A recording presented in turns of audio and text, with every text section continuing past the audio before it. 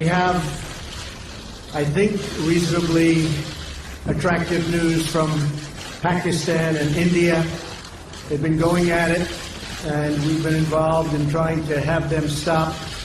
And we have some reasonably decent news. I think hopefully that's going to be coming to an end. It's been going on for a long time, decades and decades. There's a lot of dislike, unfortunately. So we've been in the middle trying to help them both out, see if we can get some organization and some peace. And I think probably that's going to be happening. یہ آپ نے American president کا سن لیا کہ بہت اچھی خبروں کی توقع ہے، اٹریکٹیو نیوز کی خبریں کا امکان ہے، کشیدگی ختم ہو جائے گی. بہت دہائیوں سے ایک مسئلہ چل رہا ہے پاکستان بھارت کے درمیان، کشمیر کی طرف اشارہ تھا، اس کو سالو کر لیں گے. لیکن کل ہم نے اپنے پروگرام میں بٹیا بتایا تھا کہ امریکن وزیر خارجہ پومپیو تو وہی زبان بول رہے تھے جو دلی کی زبان تھی. اور اس کے بعد ہندوستان ٹائمز کا ایک ٹویٹ بھی ہے، وہ بھی ذرا دیکھیے. یہ کل والا ہے کہ کل والا ہم نے دکھایا ابھی سٹیٹمنٹ امریکن سفارت خانے سے جاری ہوا تھا اسلام آباد سے کہ بھارت کی جانب سے 26 فروری کو انسداد دہشت گردی کی کارروائیوں کے بعد میں نے بھارتی وزیر خارجہ سے بات کی.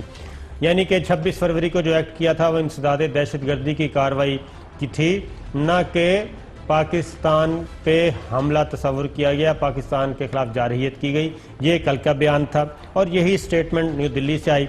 اور پھر کل ہندوستان ٹائمز کا ایک ٹویٹ ہے، sources national security adviser Ajit Doval and US Secretary of State Mike Pompeo had a telephonic conversation late last night. Pompeo said that the US supported India's decision to take action against Jaish-e-Mohammed terror camp on Pakistani soil. یہ رات گئے، یعنی کہ NCA کے meeting کے بعد یا پہلے کی بات ہے. اگر رات گئے کا مطلب ہے NCA دلی میں جو اجلاس ہوا تھا اس کے بعد کی یہ بات ہے. تو صبح امریکن پریزیڈنٹ نے یہ بات کی.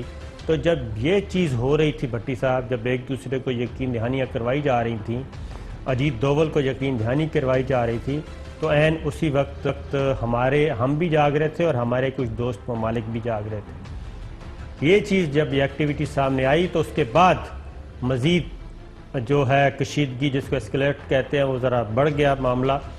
اس کے بعد پھر صبح پھر سعودی عرب درمیان میں آئے، چائنا آیا اور ٹرکی نے فل سپورٹ کا اعلان کیا. تو تب جا کے آج امریکن پریزیڈنٹ نے یہ بات کی. لیکن بھٹی صاحب آپ کیا خیال ہے کہ امریکی صدر کے سٹیٹمنٹ پہ اعتبار کرنا چاہیے یا پھر ہمیں ہماری تیاری فل رکھنی چاہیے؟ دیکھیں صابر صاحب، اعلامیہ جو ہوتے ہیں عموماً وہ ایک فارمیلٹی کی کارروائی ہوتی ہے، لیکن پاکستان انڈیا سے کئی دفعہ ڈس چکا ہے. 17 سال سے اس نے ہمیں حالت جنگ میں رکھا ہے. 17 سال حالت جنگ میں. کیا ہمیں نہیں، ہماری پاک فوج کو، حکومت کو نہیں پتا بھارت یہ کس کی اشیر بات پہ کر رہا ہے؟ کیا بھارت کو نہیں پتا پاکستان کے کون کون دوست ہیں؟ تو لہذا بھارت کی سازشوں سے ہم آگاہ تھے، ہمارے ادارے آگاہ تھے.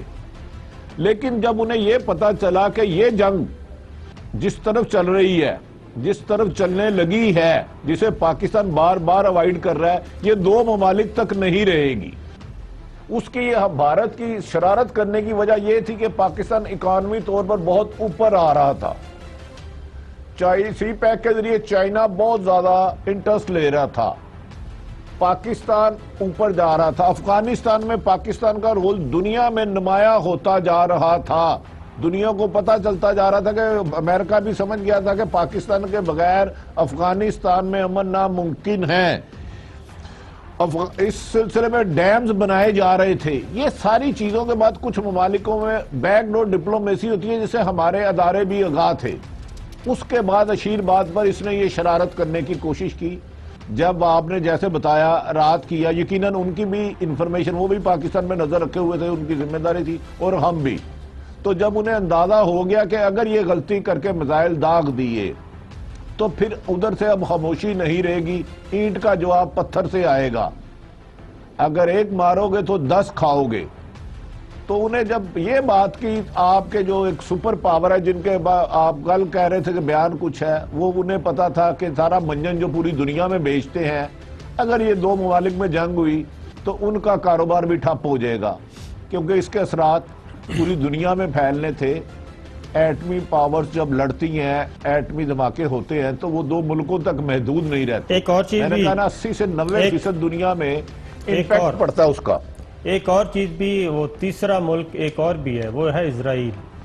وہ بھی مودی جی کو بہت زیادہ بڑھا چڑھا رہا ہے، ہوا بھر رہا ہے بلکہ مودی میں، کہ جناب آپ ڈٹ جائیں، فکر نہ کریں، ہم یہ کر دیں گے وہ کر دیں گے۔ ان کی بھی جو سرگرمیاں ہیں اس کے بارے میں بھی ہم مکمل طور پہ آگاہ تھے۔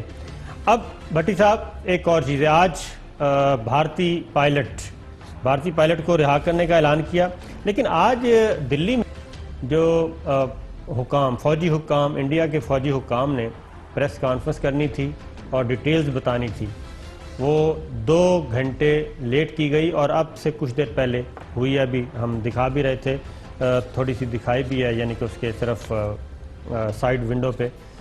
تو انہوں نے یہ کہا، انہوں نے آج پھر شواہد نہیں دیے بالا کوٹ کے، اور انڈین میڈیا پوچھتا رہ گیا لیکن انہوں نے کوئی شواہد نہیں دے سکے، بلکہ آج پھر وہ جھوٹ بولتے رہے۔ یہ نہیں سمجھ آ رہی کہ بھارت کی حکومت اور بھارت کی مسلح افواج یہ اپنے عوام کو گمراہ کیوں کر رہے ہیں؟ اگر آپ کے پاس کوئی کامیابی کے لیے کوئی چیز نہیں ہے تو گمراہ کرنے کی کیا ضرورت ہے؟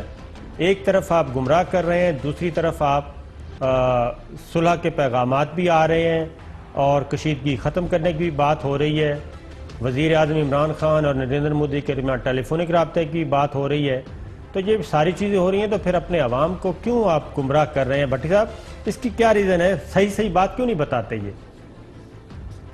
دیکھیں، ان کے پاس بتانے کے لیے کچھ ہے کچھ نہیں، کیونکہ پاکستان دہشت گردی کا شکار ہے، دہشت گرد نہیں۔ یہ بھارت تو پتا ہے وہ ادھر 17 سال سے کرا رہا ہے۔ دوسرا پلوامہ میں اسے پتا ہے کہ پاکستان کے بارے میں الزام تو لگا سکتا ہے لیکن ایویڈنس دینے کے لیے اس کے پاس کچھ نہیں ہے۔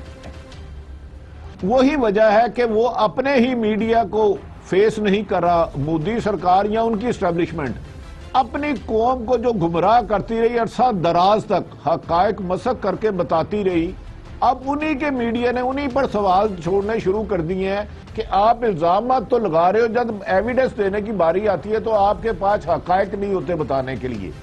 ان کے اجلاسوں میں بھی یہ باتیں ڈسکشن ہونے لگ پڑی ہے کہ مودی سرکار اپنے الیکشن کے لیے بھارت کے اور پاکستان کی جنگ چاہ رہا ہے۔ وہ پاکستان کے سے عوام، ان کے جو کچھ دانشور لوگ ہیں، انہوں نے بھی اب مودی سرکار کو کویسچن مارک کر لیا ہے کہ یہ دنیا میں فساد برپا کرنا چاہ رہا ہے چند سیٹوں کے لیے۔